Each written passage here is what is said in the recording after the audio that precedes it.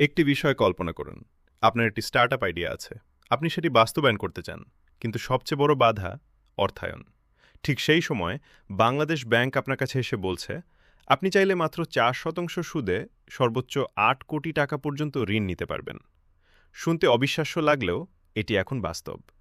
২০২৫ সালের ৯ July Bangladesh bank startup উদ্যোক্তাদের জন্য একটি যুগান্তকারী সার্কুলার জারি করেছে।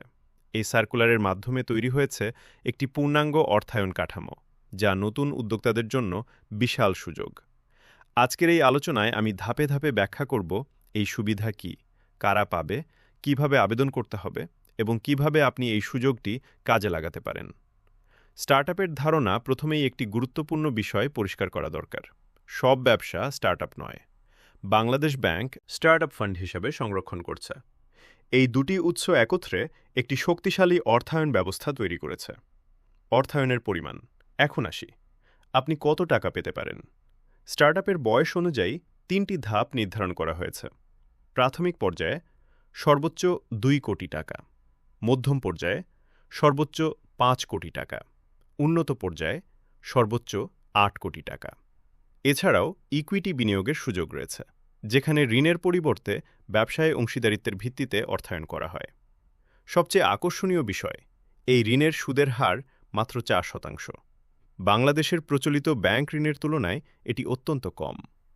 যোগ্যতার শর্ত এখন দেখা যাক, আপনি এই সুবিধার জন্য যোগ্য কিনা।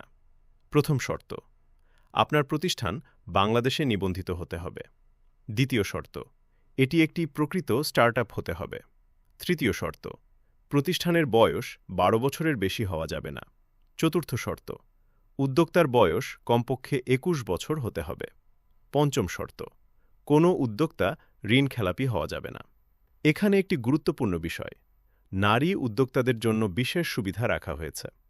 মোট অর্থায়নের অন্তত ১০% নারী উদ্যোক্তাদের জন্য সংরক্ষিত। এছাড়াও যারা বিভিন্ন স্টার্টআপ প্রতিযোগিতায় সফল হয়েছে, তারা অগ্রাধিকার পাবে। ইকুইটি বিনিয়োগ ব্যবস্থা এই উদ্যোগের একটি গুরুত্বপূর্ণ অংশ হল ইকুইটি বিনিয়োগ।